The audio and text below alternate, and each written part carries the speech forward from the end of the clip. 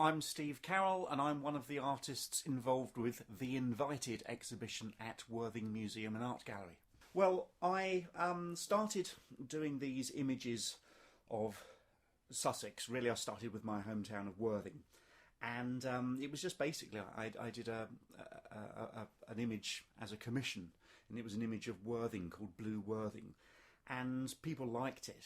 And people asked me for copies of it, and people said you should do more of these.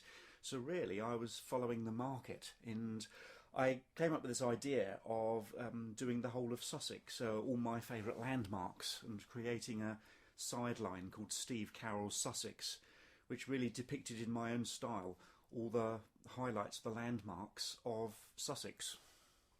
Well, this one of the Shoreham houseboats, it's a wonderful houseboat that's owned by a very nice man called Hamish, who actually lives in and built the houseboat. And I thought it was wonderful. I thought it was something that people needed to know more about.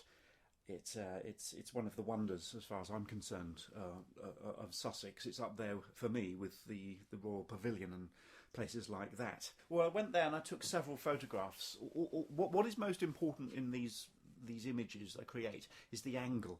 You have to have the right perspective. It has to be quite dramatic. And sometimes I take a very unusual angle. I take a bird eye view, or I take a worm's eye view. With this one, I just really wanted to show the boat off the best I could. So I wanted to contrast the originality of the boat with the corporate buildings in the background, the Shoreham rope tackle, which is a very nice building, but I wanted there to be a contrast between something that was very corporate and very obviously architecturally planned, and something that was quite organic and funky. And that's really, I think, the strength of it, the originality. What I do first is I pencil in the drawing. I always do work on A3 format, and I draw on Bristol board, which is an old-fashioned board for illustrating on, and then I paint over it with Indian ink. And then what I do is I scan that drawing into the computer, and then in Photoshop I add the colour. And it's really the colour that makes it. People often ask me, do you have the original? Would you exhibit the original? The actual original, frankly, doesn't look very good. It's the colour that gives it its identity and its strength.